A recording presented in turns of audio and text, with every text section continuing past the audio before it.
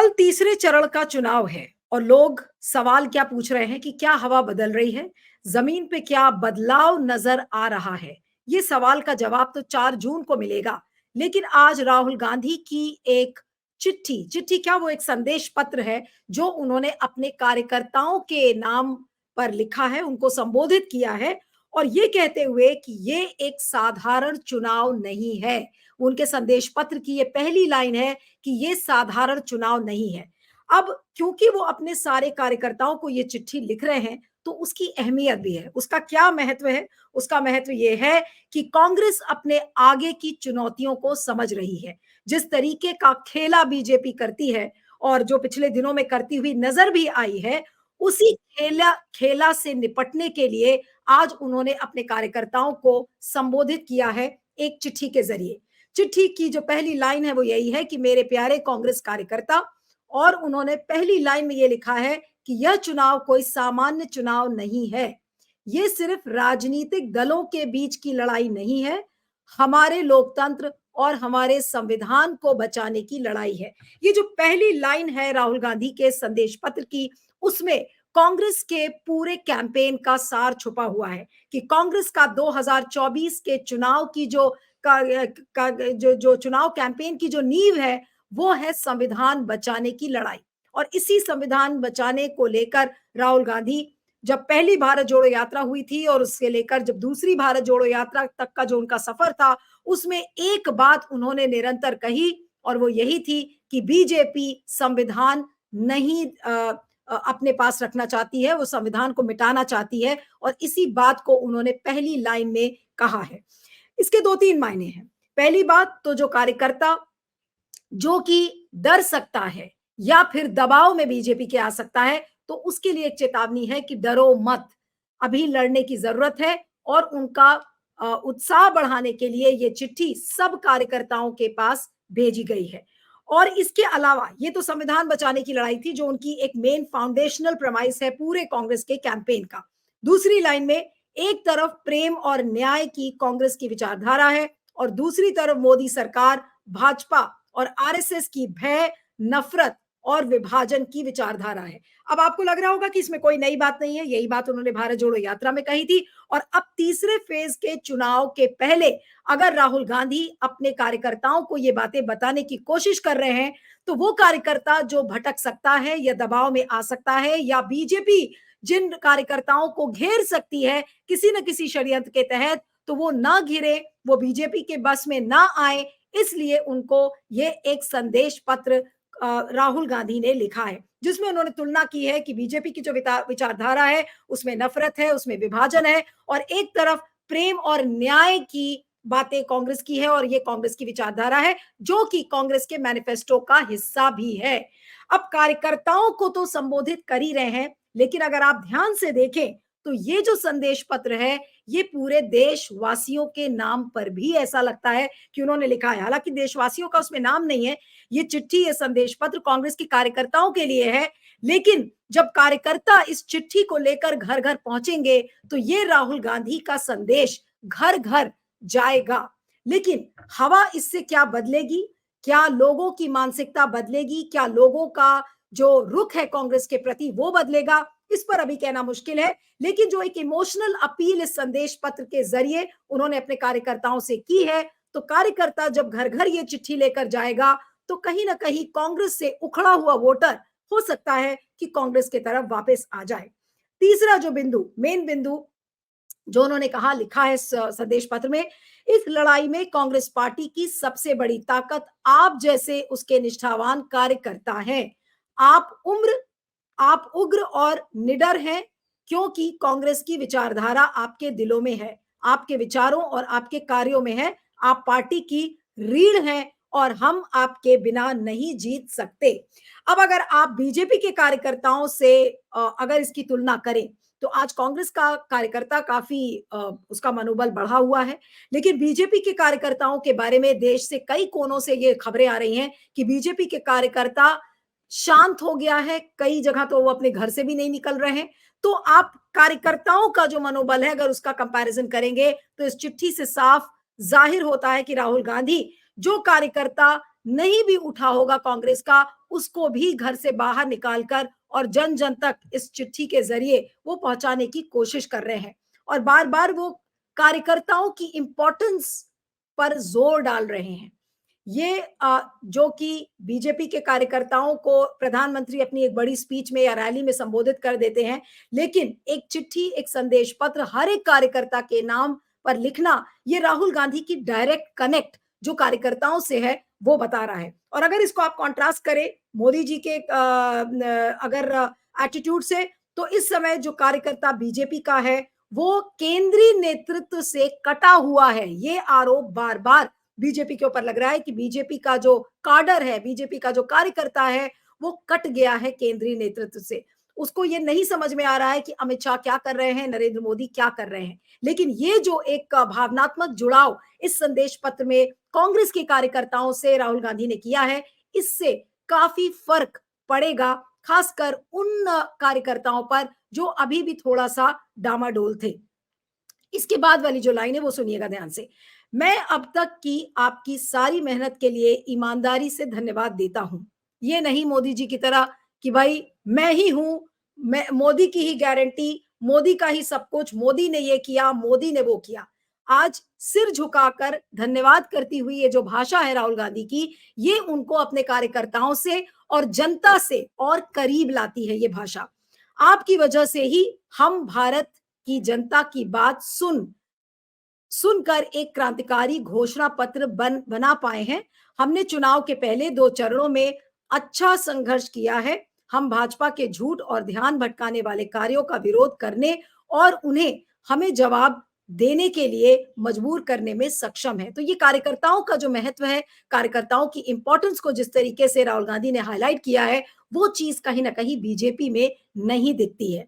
दूसरी बात, अब 1 और महीने की कड़ी मेहनत का समय है और ये बात इसलिए राहुल गांधी लिख रहे हैं क्योंकि उनको ये पता है कि जो अब आगे के जो जितने भी चरण हैं, 1 जून को सारे चरण खत्म हो जाएंगे। अंतिम चरण चुनाव का 1 जून को है और अब यहाँ से एक कठिन लड़ाई शुरू हो रही है क्योंकि आपने देखा कि मैनपुरी में क्या हुआ। मैनपुरी में अचानक से ठाकुर और यादवों के बीच में एक झड़प करने की कोशिश की गई।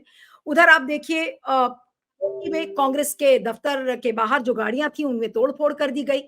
तमाम और चुनाव आयोग आप देखिए किस तरीके से अपनी विश्वसनीयता को बनाने की कोशिश कर रहा है। 75 लोग 23 देशों से बुलाए जा रहे हैं कि वो हमारे देश की चुनावी जो लोकतांत्रिक प्रक्रिया है उसको देखें। लेकिन कई लोग ये भी कह रहे हैं कि जो राजीव कुमार साहब हैं, जो मुख्य चुनाव आयुक्त हैं, वो विश्वसनीयता चुनाव की जो है उस पर ठप्पा लगवाने की कोशिश कर रहे हैं 23 देशों से। तो अगर ऐसे में ये पूरा चुनाव हो रहा है, तो राहुल गांधी अगर ये बात अपने कार्यकर्ताओं को लिख रहे हैं, तो ये क्या गलत है कि 1 महीने का समय है और ये एक कठिन परीक्षा की घड़ी है। उन्होंने ये भी लिखा है कि यह सुनिश्चित करना कि हमारी गारंटी हर एक तक पहुंचे और यह सुनिश्चित करने का कि हर कोई वोट देने के लिए निकले। आइए हम सब मिलकर कांग्रेस का संदेश और अपनी गारंटी को हर गांव, मोहल्ले, गली और घर-घर तक पहुंचाएं। अब मैं और पढ़ रही हूं, अब समय आ गया है कि हम घर-घर जाएं। हमें हर युवा, महिला, मजदूर, किसान और वंचित परिवार तक पहुंचना होगा। हमें भाजपा की विचारधारा और उनके नफरत के एजेंडे से उत्पन्न खतरे को स्पष्ट करना चाहिए।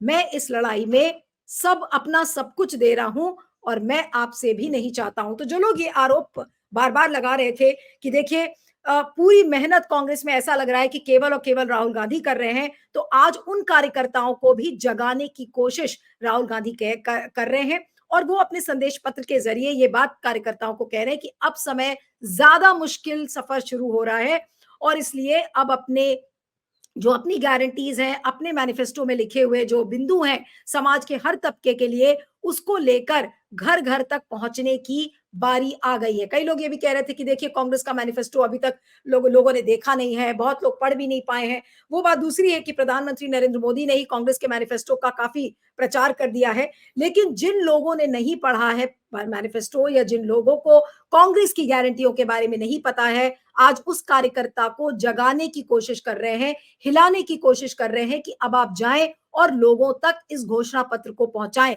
ये जो आखिरी मील की जो लड़ाई है ये बहुत महत्वपूर्ण है और आज इस संदेश पत्र का जो सार है वो यही है। इसके आगे आप एक लाइन में लिखते हैं कि मैं जानता हूं कि जब तक कांग्रेस का एक भी कार्यकर्ता सच्चाई के लिए खड़ा है तब तक भारत में नफरत की जीत नहीं हो सकती और हम एक नहीं करोड़ों हैं।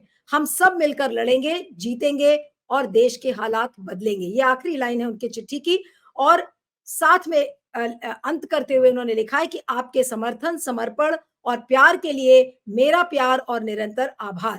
तो जिस कार्यकर्ता को मोदी जी ने बिल्कुल अलग कर दिया है, अलग-थलग कर दिया है, जो आरएसएस, जो कि माना जाता था कि वो आइडियोलॉजिकल मेंटर है बीजेपी का, आज वो आरएसएस बीजेपी से अलग हो चुका है।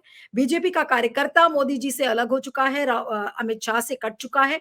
तो अगर ऐसे में ये चिट्ठी जो कार्यकर्ताओं को भेजी गई है, ये संदेश पत्र जो राहुल गांधी ने कार्यकर्ताओं के नाम लिखा है, आज ये एक बार फिर से साबित करता है कि कांग्रेस का कैंपेन किस तरीके से बीजेपी से हटकर है, बीजेपी से अलग है। बीजेपी के कैंपेन में कोई भावनाएं नजर नहीं आ रही हैं, केवल और केवल झूठ का पुलिंदा लगता है, जहां पर हर कैंपेन और हर रैली में प्रधानमंत्री नरेंद्र मोदी एक ही बात कहते हैं कि देखिए अगर इंडिया अलायंस की सरकार आ गई तो आपका आरक्षण छिन जाएगा, मुसलमानों को दिया चला जाएगा, आपका मंगलसूत्र छिन जाएगा, आपकी गाय भैंसे छिन जाएंगी। तो इस तरीके के कैंपेन को जब आप कंपेयर करेंगे राहुल गांधी की इस संदेश पत्र से तो आपको समझ में आएगा कि देश का किस तरीके से नुकसान पिछले 10 सालों में शायद हुआ है और उसी नुकसान की भरपाई करने में लगे हुए हैं राहुल गांधी।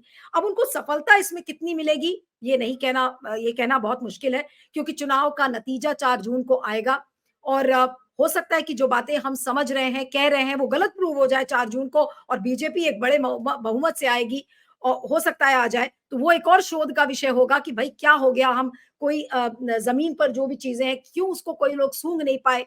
लेकिन सवाल ये उठता है कि आज अगर कंपैरिजन आप करेंगे तो राहुल गांधी और नरेंद्र मोदी का कंपैरिजन, उनका अप्रोच कार्यकर्ताओं के प्रति, उनकी जो भावनाएं हैं जनता के प्रति, कार्यकर्ताओं के प्रति, आज इस संदेश पत्र के जरिए वो डिफरेंस नरेंद्र मोदी और राहुल गांधी के व्यक्तित्व में नजर आता है। जो नरेंद्र मोदी मन की बात करते थे, जनता से मन की बात अपने भाषण के जरिए, अपने रेडियो एड्रेस के जरिए करते थे, आज इस चिट्ठी के जरिए, इस संदेश पत्र के जरिए एक 1-to-1 कनेक्ट बनाने की कोशिश राहुल गांधी कर रहे हैं। मैं दोबारा फिर से बोलूंगी कि इस कोशिश में वो कितने कामयाब होंगे मुझे नहीं पता है, लेकिन डिफरेंस जो एक ग्राउंड पर नजर आ रहा है वो यही है कि शायद, शायद शब्द मैं अंडरलाइन कर रही हूं कि शायद ये हवा बदल रही है।